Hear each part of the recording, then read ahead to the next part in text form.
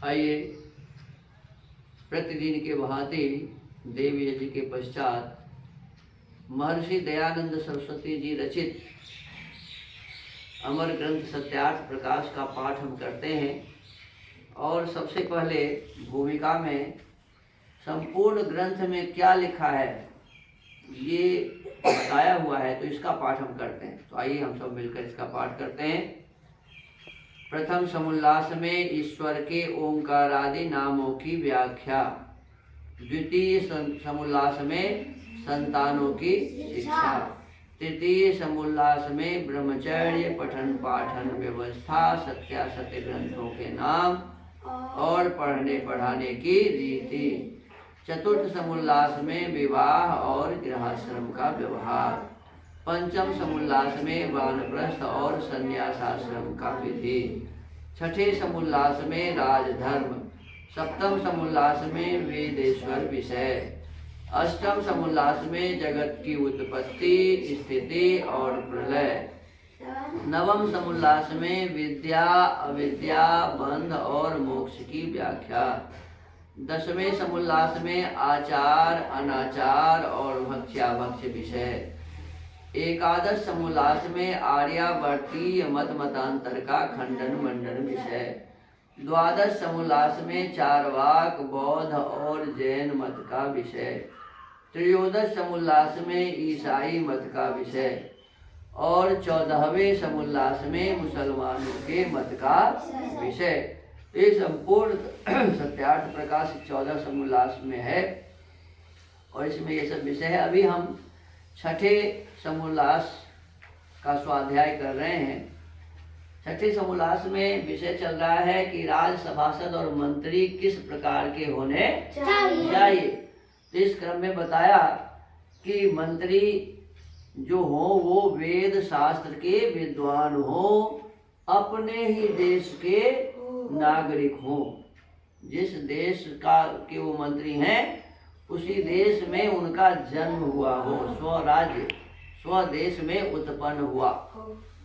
और फिर बताया कि शूरवीर हो, बलवान हो, जिनका लक्ष्य अर्थात विचार निष्फल कभी न जाए, कुलीन हो, सब प्रकार से उनका आचार विचार व्यवहार श्रेष्ठ हो। ऐसे लोगों को की परीक्षा करके मंत्री बनाने चाहिए, जो धार्मिक भी हो चतुर भी हो। ऐसे लोगों को मंत्री बनाने चाहिए। आज फिर वही विषय है। आज का श्लोक है सम्यगर्थ समाहर्त्रिन अन्यानपि प्रकुर्वित शुचीन प्रज्ञान अवस्थितान सम्यगर्थ समाहर्त्रिन अमात्यान सुपरीक्षितान। कहते हैं कि अन्य भी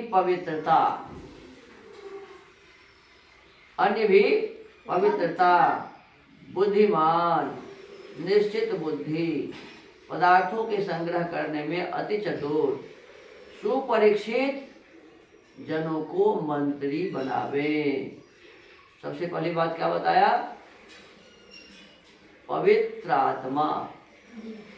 आत्मा उनके क्या होने चाहिए? पवित्र, शुद्ध होने चाहिए, पवित्र होने चाहिए। और आत्मा पवित्र कैसे होता है मालूम है आप लोगों को?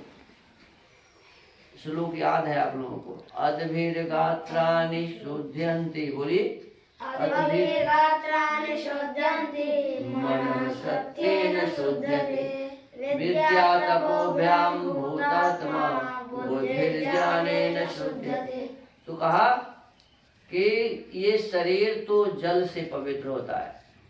शरीर को पवित्र करना होगा तो कैसे करेंगे?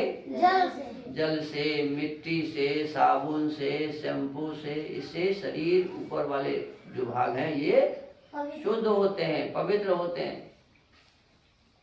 कहाँ ध्यान है जी? ये हमारा शरीर कैसे शुद्ध होता है? जल से, मिट्टी से, साबुन आदि से, शैम्पू आदि से। तो कहते हैं अद्भिर गात्राणि शुद्ध्यन्ति। लेकिन मन को शुद्ध करना हो तो मनः सत्येन शुद्ध्यति। समझ रहे हैं? मन कैसे शुद्ध होता है? सत्य बोलने से। राजवीर जी समझ रहे हैं ना? मन तब तक शुद्ध नहीं होगा जब तक सत्य नहीं बोलना सीखेंगे। झूठ बोलने से मन कभी शुद्ध नहीं होता है। तो प्रयास पूर्वक मजाक में भी कभी झूठ नहीं बोलना चाहिए, क्योंकि झूठ बोलने से मन हो जाएगा अपवित्र, अशुद्ध। और यदि मन ही अशुद्ध हो गया तो सब खराब। मन यदि खराब हो गया तो सब खराब। इसलिए मन को शुद्ध बनाने के लिए हमें क्या करना होगा? सत्य का प्रयोग करना होगा इस वाणी से।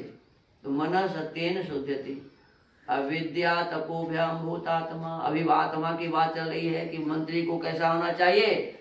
तो मंत्री का आत्मा पवित्र होना चाहिए। तो आत्मा कैसे पवित्र होगा जी? तो कहते हैं विद्या तपोभ्याम भूतात्मा। विद्या और तप से आत्मा की शुद्धि होती है। अब अभी तो सारे जितने मंत्री हैं राजसी ठाठ में रहते हैं, तो तपस्या करने की कोई बात ही नहीं। राजसी ठाठ में तपस्या क्या होगी? केवल जब चुनाव होता है तो उस चुनाव के समय में थोड़ी सी तपस्या करते हैं, गांव गांव घूमते हैं, वो भी बड़े बड़े अच्छे अच्छे गाड़ियों में घूमते हैं। लेकिन उस समय जीतने की भाव होती है तो थोड़ा पैदल भी चल लेते हैं, उस समय कुछ तपस्या करते हैं। बाद बाकी समय ऐशो आराम राशि ठाठ में रहते हैं। तो कहते हैं ऐशो आराम और राशि ठाठ में रहने वालों की आत्मा कभी शुद्ध नहीं होती है।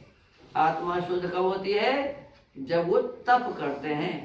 तप का मतलब जो कार्य हमें करने हैं उस कार्य के करने में जो समस्याएं हैं, कठिनाइयां हैं, उस कठिनाइयों को सहन करने में उन्हें कोई परेशानी नहीं होती है। बिल्कुल प्रसन्नता पूर्वक उस समस्या को उसको सह लेते हैं। आप लोग पढ़ते ना विद्यार्थी के बारे में कि सुखार्थी ना। यदि सुख चाहोगे तो विद्या कहाँ से होगा? और यहाँ भी यही बात कहा कि मंत्री को क्या होना चाहिए जी? तपस्वी होना चाहिए, सुख वाला नहीं होना चाहिए। क्यों? कि उनकी भी आत्मा विद्या से ही पवित्र होगी। किनकी? जो मंत्री होंगे उनकी भी आत्मा कैसे पवित्र होगी जी? विद्या से। विद्या तपोभ्याम भूतात्मा। विद्या से आत्मा पवित्र होता है। और विद्या प्राप्त कब होगा? जब तपस्या करेंगे। यदि तप नहीं करेंगे तो विद्या की प्राप्ति नहीं होगी। तो हमें प्रयत्न पूर्वक प्रयास करके और विद्या प्राप्त करने के लिए घोर तपस्या करनी चाहिए। विद्या प्राप्त करने वाले को कभी भी सुख नहीं होता है। और यदि चाहे कि मुझे सुख ही सुख मिले तो फिर विद्या प्राप्त नहीं होती है। तो विद्या तपोभ्याम भूतात्मा और बुद्धि ज्ञानेन शुद्धति। इसमें दूसरी बात है कि बुद्धिमान भी होना चाहिए, है ना? बुद्धि भी उनकी शुद्ध होनी चाहिए, पवित्र होनी चाहिए। निश्चित बुद्धि माने किसी भी प्रकार का उसमें ये ना रह जाए कि ये करूँ या वो करूँ, बिल्कुल निश्चित होनी चाहिए। तो उनकी बुद्धि भी ठीक ठाक होनी चाहिए। और ये सब कब होगा? जब उनके भीतर विद्या होगी, उनके भीतर तप होगा, तो आत्मा पवित्र होगा, बुद्धि ठीक होगा। और अनेक प्रकार के पदार्थों को संग्रह करने में चतुर, अनेक पदार्थों को संग्रह करने में चतुर होने चाहिए। ऐसे व्यक्ति की परीक्षा करके उन्हें मंत्री बनाना चाहिए। तो आज के विषय को यहीं विराम देते हैं। सत्यार्थ प्रकाश का स्वाध्याय यहीं विराम करते हैं। ओम।